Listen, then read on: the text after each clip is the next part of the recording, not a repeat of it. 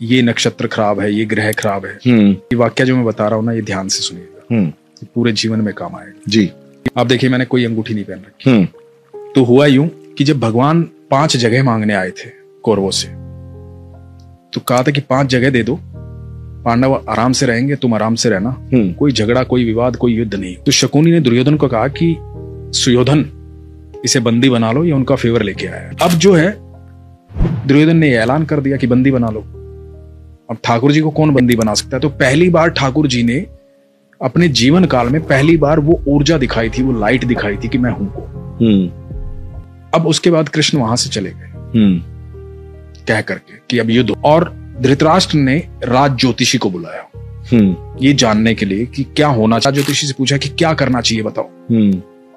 तो राज ज्योतिषी ने कहा कि महाराज, सुयोधन की कुंडली में राजयोग है, कोई हरा ही नहीं पाएगा, निश्चित तौर पर विजयी होंगे, निश्चित तौर पर राजा बनेंगे, आप युद्ध करो। सिर्फ इस बात पर युद्ध का ऐलान हो गया। जब युद्ध शुरू हुआ तो उसके बाद 3 दिन बीते, कौरव हारने लगे थे। तो राज ज्योतिषी को फिर से बुलाया धृतराष्ट्र ने, बोला महाराज मैंने परिणाम की बात की है, अभी तो युद्ध शुरू हुआ है, परिणाम जो होगा उसमें सुयोधन राजा बनेगा, सुयोधन विजयी होगा।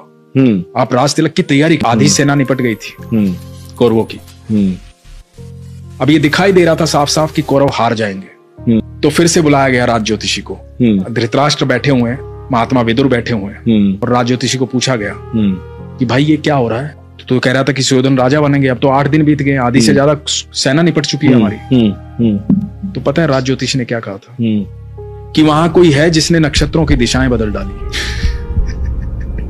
कोई है जो समय और परिधि से परे है। कोई है वहां। विदुर ने कहा था कृष्ण है वहां। तो जिसके साथ कृष्ण होते हैं ना, अनंत ब्रह्मांड के सारे नक्षत्र, सारे ग्रह उनके चरणों में है। बिल्कुल।